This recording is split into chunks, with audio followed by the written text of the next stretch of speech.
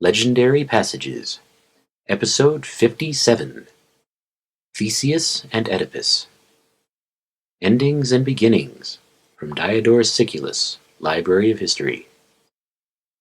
For the next 6 episodes, we shall explore the stories of Thebes, focusing on King Laius, his son Oedipus, and the riddle of the Sphinx. But first, we shall review the stories of King Theseus, his son Hippolytus, and the abductions of Helen and Persephone. King Laius married Jocasta and ruled the kingdom of Thebes. An oracle foretold that his son would bring misfortune on his house, so Laius ordered him to be abandoned. But instead, little Oedipus was raised in Corinth, and after visiting the oracle himself, slew his own father unknowingly.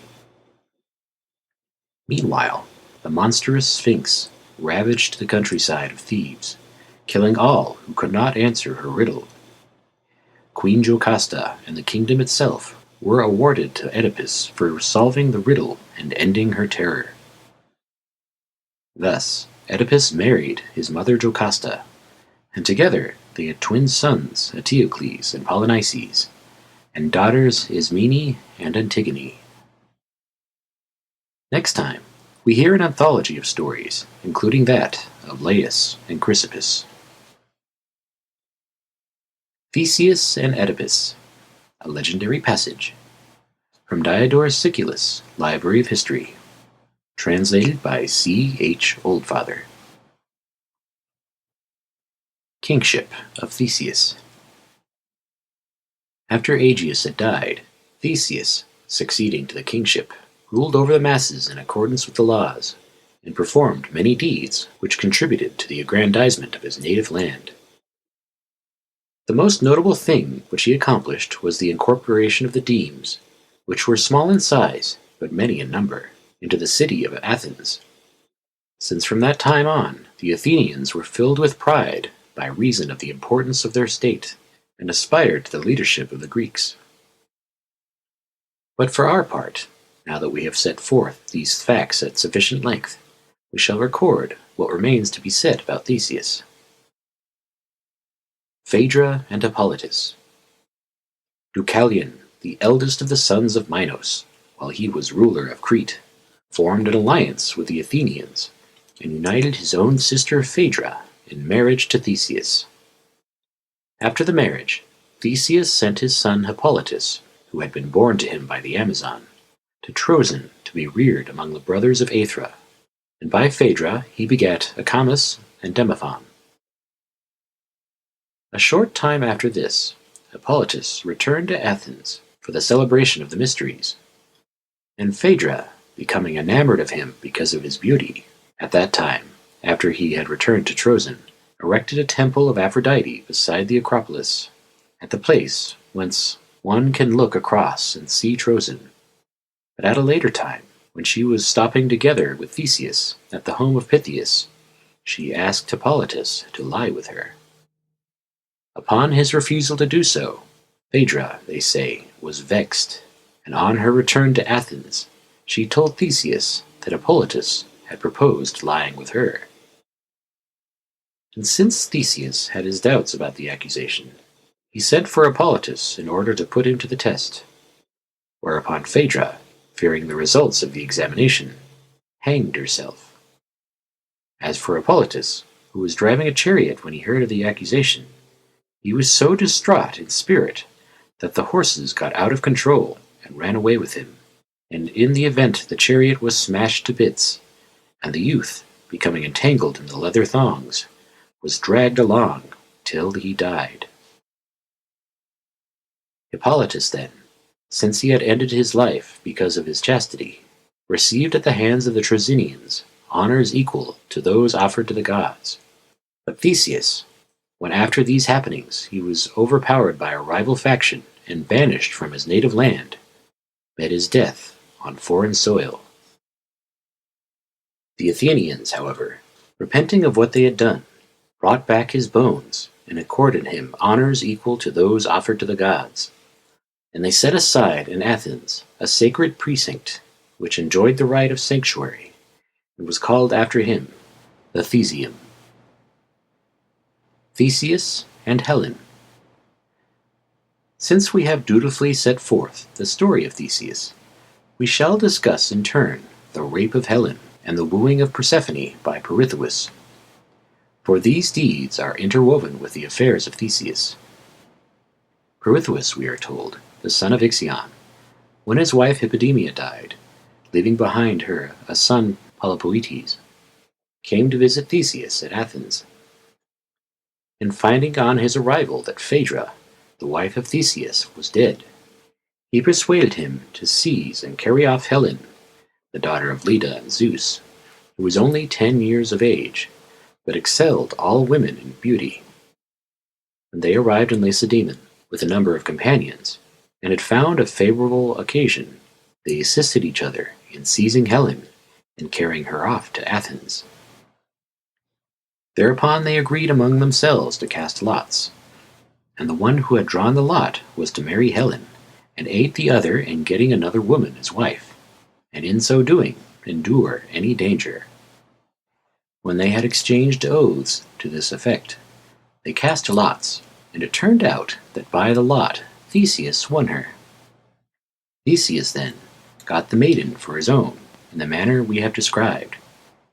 But since the Athenians were displeased at what had taken place, Theseus, in fear of them, got Helen off safely to Aphidna, one of the cities of Attica. With her he stationed his mother Aethra, and the bravest men among his friends to serve as guardians of the maiden. Pirithous and Persephone. Pirithous now decided to seek the hand of Persephone in marriage, and when he asked Theseus to make the journey with him, Theseus at first endeavored to dissuade him and to turn him away from such a deed as being impious. But since Pirithous firmly insisted upon it, Theseus was bound by the oaths to join with him in the deed. And when they had at last made their way below to the regions of Hades, it came to pass that because of the impiety of their act, they were both put in chains. And although Theseus was later let go by reason of the favor with which Heracles regarded him, Pirithous, because of the impiety, remained in Hades, enduring everlasting punishment. But some writers of myths say that both of them never returned. Dioscuri rescue Helen. While this was taking place, they say that Helen's brothers, the Dioscuri, came up in arms against Aphidna, and taking the city, razed it to the ground, and that they brought back Helen, who was still a virgin, to Lacedaemon, and along with her to serve as a slave, Aethra, the mother of Theseus. Oedipus and Laius. Since we have spoken on these matters at sufficient length, we shall now give the account of the 7 against Thebes, taking up the original causes of the war. Laius, the king of Thebes, married Jocasta, the daughter of Creon, and since he was childless for some time, he inquired of the god regarding his begetting of children. The Pythian priestess made reply that it would not be to his interest that children should be born to him, since the son who should be gotten of him would be the murder of his father, and would bring great misfortunes upon all the house. But Laius forgot the oracle and begat a son, and he exposed the babe after he had pierced its ankles through with a piece of iron, this being the reason why it was later given the name Oedipus. But the household slaves who took the infant were unwilling to expose it, and gave it as a present to the wife of Polybus, since she could bear no children. Later, after the boy had attained to manhood, Laius decided to inquire of the god regarding the babe which had been exposed, and Oedipus likewise, having learned from someone of the substitution which had been made in his case, set about to inquire of the Pythian priestess who were his true parents. In Phocis, these two met face to face, and when Laius, in a disdainful manner, ordered Oedipus to make way for him, the latter, in anger, slew Laius, not knowing that he was his father. Oedipus and the Sphinx. At this very time, the myths go on to say, a Sphinx, a beast of double form, had come to Thebes and was pronouncing a riddle to anyone who might be able to solve it, and many were being slain by her because of their inability to do so. And although a generous reward was offered to the man who should solve it, that he should marry Jocasta and be king of Thebes, yet no man was able to comprehend what was propounded, except Oedipus, who alone solved the riddle. What had been propounded by the Sphinx was this: what is it that is at the same time a biped, a triped, and a quadruped?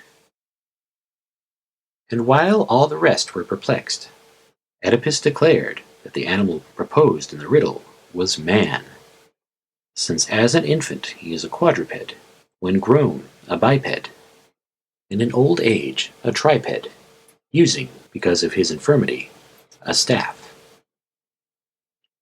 At this answer, the Sphinx, in accordance with the oracle which the myth recounts, threw herself down a precipice, and Oedipus then married the woman who, unknown to himself, was his mother, and begat 2 sons, Eteocles and Polynices, and 2 daughters, Antigone and Ismene.